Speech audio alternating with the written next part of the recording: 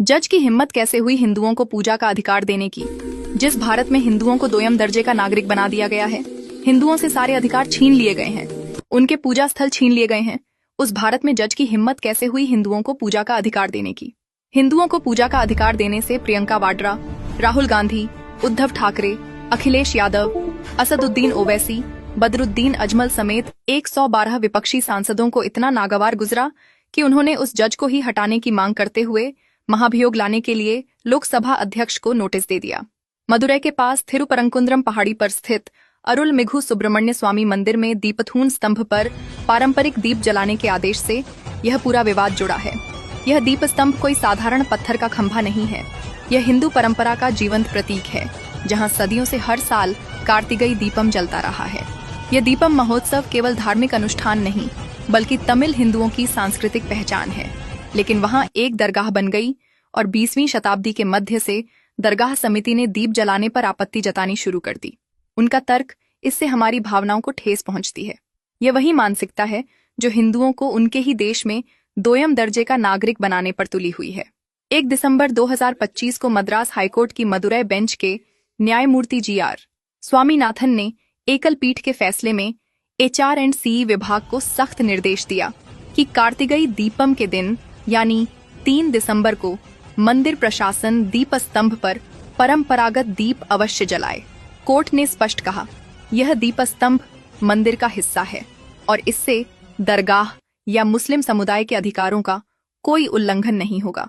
यह फैसला ऐतिहासिक दस्तावेजों 1923 के कोर्ट डिक्री और संवैधानिक प्रावधानों पर खड़ा था, लेकिन आदेश का पालन नहीं हुआ। 3 दिसंबर को मंदिर प्रशासन ने डर कर दीप निचले मंडप में ही जला दिया। याचिकाकर्ता राम रविचंद्रन, हिंदू तमिलर काची के संस्थापक, ने अवमानना याचिका दायर की।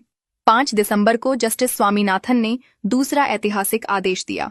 अगर विभाग नहीं जलाता तो 10 श्रद्धालु खुद दीप जला सकते हैं और CISF उनकी सुरक्षा करेगी। जज ने खुद स्थल का निरीक्षण किया और राज्य पुलिस की निष्क्रियता पर सवाल उठाए। डिवीजन बेंच ने भी इसकी पुष्टि की। यह फैसला हिंदू अधिकारों की रक्षा का जीता जागता प्रतीक बन गया। राज्य सरकार फौरन सुप्रीम कोर्ट भागी। 9 दिसंबर को सुप्रीम कोर्ट ने अंतरिम रोक लगा दी और अगली सुनवाई 12 जनवरी 2026 तय कर दी। लेकिन INDA गठबंधन को इससे भी संतोष नहीं। वे चाहते हैं कि भारत की न्यायपालिका हमेशा हिंदू विरोधी रहे और जो जज हिंदुओं का साथ दे उसे सजा मिले ताकि बाकी जजों में खौफ बैठ जाए। इसीलिए 112 विपक्षी सांसदों ने मिलकर लोकसभा स्पीकर को महाभियोग नोटिस थमा दिया। मजेदार बात यह है कि कांग्रेस हमेशा ओवैसी को BJP की B टीम कहती फिरती है, लेकिन आज हिंदुओं से पूजा का अधिकार छीनने के लिए उसी ओवैसी और बदरुद्दीन अजमल के साथ कंधे से कंधा मिलाकर खड़ी है। यदि आज दीप पर रोक लगेगी तो कल घंटी पर रोक लगेगी, परसों आरती पर, फिर मंदिर के रास्ते पर, फिर मंदिर के पूरे भूभाग पर। इतिहास गवाह है, जब कोई समाज अपनी संस्कृति के प्रति मौन हो जाता है तो धीरे धीरे उसकी संस्कृति मिटा दी जाती है। भारत में यह स्थापित कर दिया गया है कि अल्पसंख्यकों की भावनाएं कांच की तरह नाजुक हैं, एक दीप की लौ से भी टूट सकती हैं, जबकि हिंदुओं की सदियों पुरानी भावनाओं को कुचलना सेक्युलरिज्म कहलाता है। सेक्युलरिज्म का दोहरा मापदंड साफ दिख रहा है।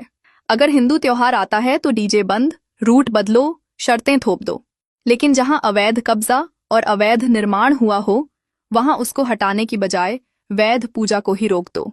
यह लड़ाई अब थिरुपरंकुंद्रम की पहाड़ी से निकलकर हर हिंदू के घर तक पहुंच चुकी है। यदि आज हम चुप रहे तो कल कोई जज, चाहे वह कितना भी ईमानदार क्यों न हो, तुष्टीकरण के खिलाफ आवाज उठाने से डरेगा। विपक्ष का यह कदम जस्टिस स्वामीनाथन को हटाने के लिए कम और बाकी जजों को धमकाने के लिए ज्यादा है। उनका संदेश साफ है, लाइन में रहो वरना महाभियोग थमा देंगे। अब समय आ गया है कि इस देश का बहुसंख्यक समाज सोचे, क्या हमें अपनी पूजा, समाज परंपरा और अपने अधिकारों के लिए हर बार सुप्रीम कोर्ट के दरवाजे पर गिड़गिड़ाना पड़ेगा, या हम उस व्यवस्था को ही बदल डालेंगे जो हमें अपने ही घर में पराया बना रही है। जस्टिस स्वामीनाथन पर महाभियोग का नोटिस केवल एक जज का अपमान नहीं, बल्कि उस हर नागरिक का अपमान है जो मानता है कि कानून सबके लिए बराबर होना चाहिए, वोट बैंक के आधार पर नहीं। दोस्तों, एक बार फिर विपक्षी दलों का तथाकथित सेक्युलरिज्म पूरी तरह नंगा हो चुका है। इसे हर हिंदू तक पहुंचाइए, शेयर कीजिए, जागरूक कीजिए।